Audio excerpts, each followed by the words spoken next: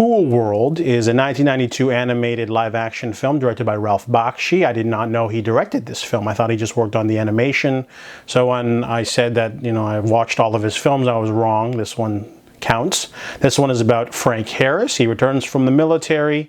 However, a mad cartoon scientist sucks him into Cool World, and he ends up becoming a an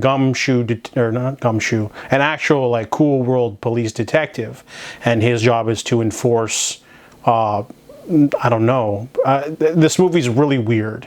There's another character live action named Jack Deebs. He's the creator of Cool World. He's in prison and he's being entranced to go to Cool World. It sort of exists in a nexus of reality, and he's infatuated with one of his own creations named Hollywood, voiced by Kim Basinger. So Jack is trying to go into Cool World, and when he does, he discovers, you know, all of his characters exist, and it's like this wacky sort of weird, almost schizophrenic type place. I really didn't like the world of Cool World. Like all these characters sort of jump on the screen and they try to get your attention, and you really can't get a bearing. And obviously the animation's fine, but it doesn't compare to, you know, Who Framed Roger Rabbit, which is the major sort of comparison of the two, because they're similar in the fact that they mix animation and live action, but that's about it. The Cool World is such a weird movie because its only theme or main question is, would you bang a cartoon character if they were hot enough? And it's just not a really good theme to sort of hinge an entire movie on, because Frank has his own cartoon girlfriend, and they cannot bang because something will happen. You find out later in the film. But then Jack goes in there and he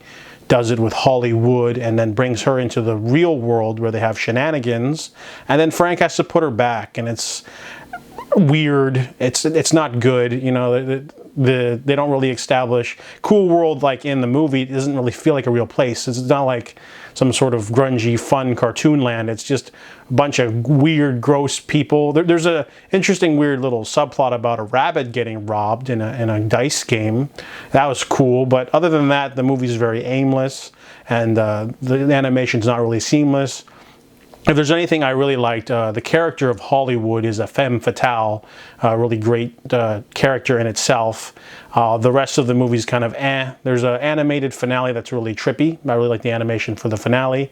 And Frank has a cool, like a bug type partner named Nails, which I liked. But other than that, the movie is just so random.